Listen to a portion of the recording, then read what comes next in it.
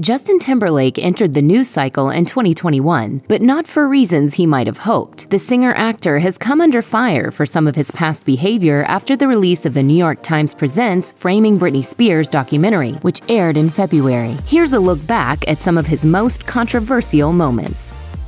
During Justin Timberlake and Janet Jackson's 2004 Super Bowl halftime performance, he pulled at the fabric on her costume, exposing her breast. The incident blew over quickly for Timberlake, but in contrast, it drastically changed Jackson's career. Soon after, the New York Times reported that she was supposed to present at the Grammy Awards. However, production sources said Jackson would either step down herself or be asked to step down. Conversely, JT performed and won 2 Grammys. During an acceptance speech, he said, "I know it's been a rough week on everybody. What occurred was unintentional, completely regrettable, and I apologize if you guys are offended." However, there was no mention of how rough it was for Jackson, who wasn't at the ceremony. In a 2006 interview, Jackson told Oprah Winfrey, "All the emphasis was put on me, not on Justin."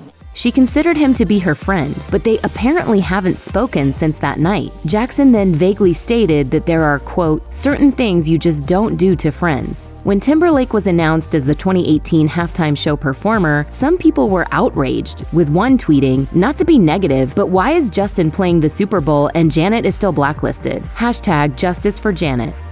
In 2018, women wore black to the Golden Globe Awards in support of the Time's Up initiative against sexual misconduct. Prior to the show, Timberlake shared an Instagram selfie with his wife Jessica Biel, writing, "Here we come, and damn, my wife is hot.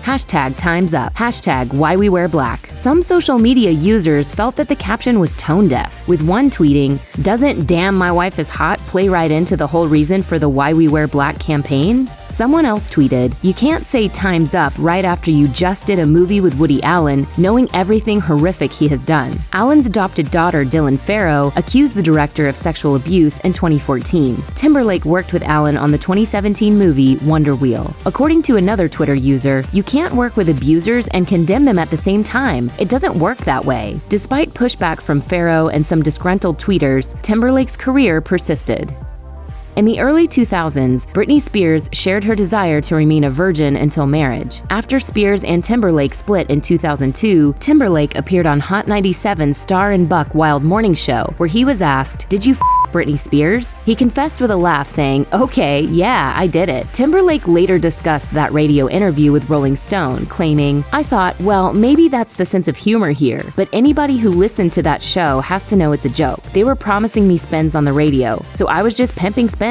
I thought it was funny as hell. That's just my sense of humor." Meanwhile, during a 2020 interview, Barbara Walters quoted Spears as saying, "Good morals mean waiting until after you've been married." Walters then asked Timberlake, "Did you and she live up to this during your relationship?" Sure. Sure. Spears later told W Magazine, "I thought he was the one, but I was wrong. I didn't think he was gonna go on Barbara Walters' Sell Me Out." In 2002, Justin Timberlake released the Cry Me a River music video, which featured a Britney Spears lookalike. The song and video both strongly implied that Spears cheated. Spears later told Rolling Stone that Timberlake asked for her blessing for the video without revealing any context. She recalled, "I hadn't seen it. Then it came out and I said, I should have freaking said no to this shit." She described it as, quote, "such a desperate attempt and a great way to sell the record." During an appearance on MTV's Total Request Live, Timberlake explained, "The video is not about her. The video is about me." During his 2002 Barbara Walters interview, he performed a never-released ballad in the middle of a discussion about his split from Spears, where he sang, "Hey girl, at least you gave me another song about a horrible woman." But that wasn't the only time Timberlake seemingly sang about Spears. In 2006, Timberlake dropped What Goes Around Comes Around, which had the lines, "You spend your nights alone and he never comes home." According to People, this was right in the midst of rumors that Spears' then-husband, Kevin Federline's partying was the last straw leading to their divorce. In December 2019, The Sun shared photos and videos of Justin Timberlake in New Orleans with his Palmer co-star Alicia Wainwright. An eyewitness said, "At one stage, he grabbed her hand and rested it on his knee. She then gently started stroking his leg." Shortly after the photos emerged, Timberlake issued a written apology via Instagram. He told his followers, "I feel it is important to address recent rumors that are hurting the people I love." Describing his behavior as, quote, "a strong lapse in judgment," the singer-actor emphasized that nothing happened between between him and Wainwright. However, Timberlake admitted, "I drank way too much that night and I regret my behavior. I apologize to my amazing wife and family for putting them through such an embarrassing situation." Timberlake continued, noting that he was, quote, "focused on being the best husband and father." Unbeknownst to the world, Beale was pregnant at the time and gave birth to the couple's second son 8 months after those photos surfaced.